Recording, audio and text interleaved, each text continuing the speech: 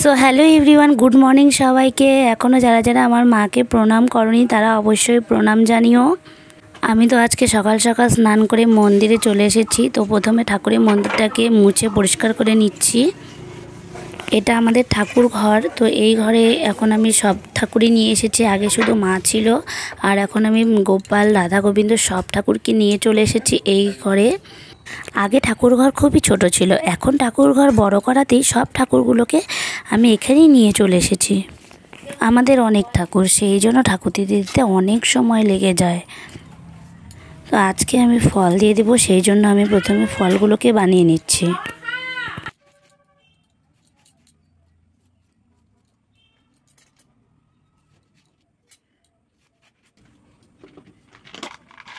তো ফল বানানো কমপ্লিট হয়ে গেছে। এখন আমি নকুলদানা দিয়ে দিচ্ছি, কারণ নকুলদানা ছাড়া তো ঠাকুর সেবাই নেবে না।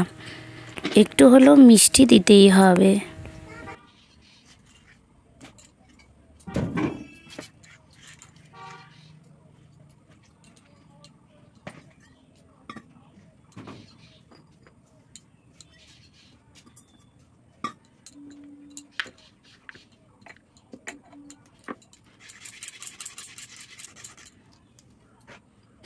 দেখো অনেকগুলো ফুল পেয়েছে আজকে মা, অনেকগুলো ফুল এনে দিয়েছে।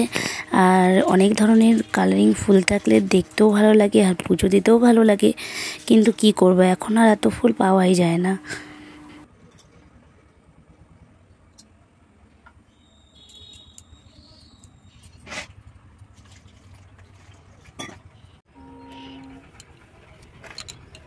এখন আমি ঠাকুরকে স্নান করিয়ে নিচ্ছি।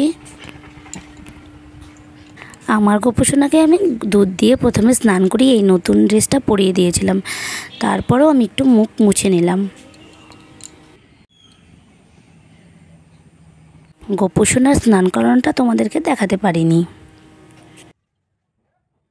তো পুজো দেওয়ার জন্য সব কিছুই আমি মোটামুটি এদিকে রেডি করে নিয়েছি। এখন আমি পুজো দিয়ে দেবো।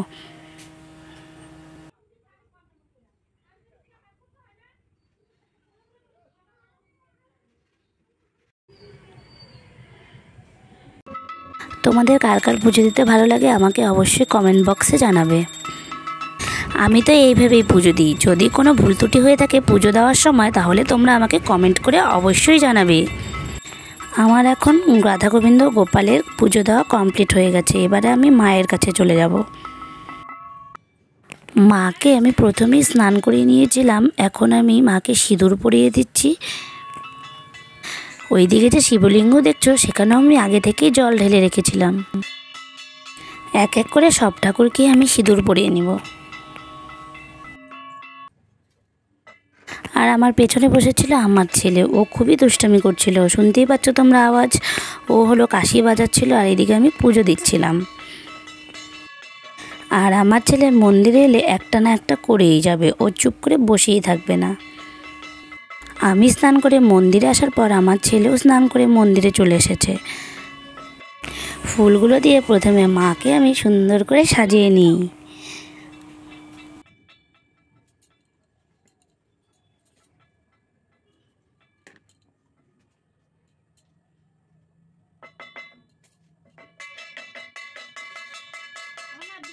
এখন যেখান থেকে যা তো তুই যা।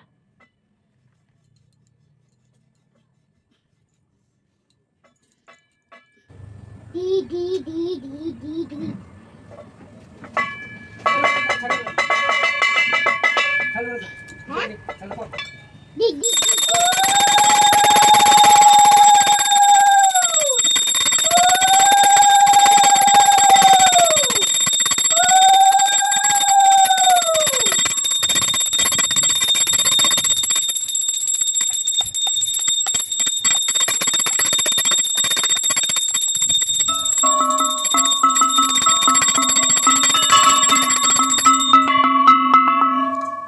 কাশিতে বাজাবো।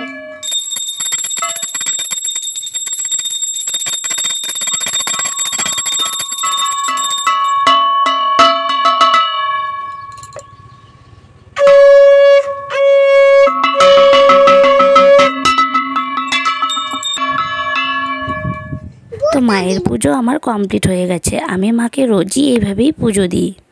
তোমাদের কার কার বাড়িতে মা আছে আর তোমরা কিভাবে পুজো দাও, আমার পুজোয় যদি কোনো ভুল ত্রুটি হয়ে থাকে তাহলে আমাকে অবশ্যই কমেন্ট করে জানাবে। তো পুজো দেওয়া আমার পুরো কমপ্লিট হয়ে গেছে। আজকের মতো ভিডিও এই পর্যন্তই। সবাই ভালো থেকো, সুস্থ থেকো, টাটা।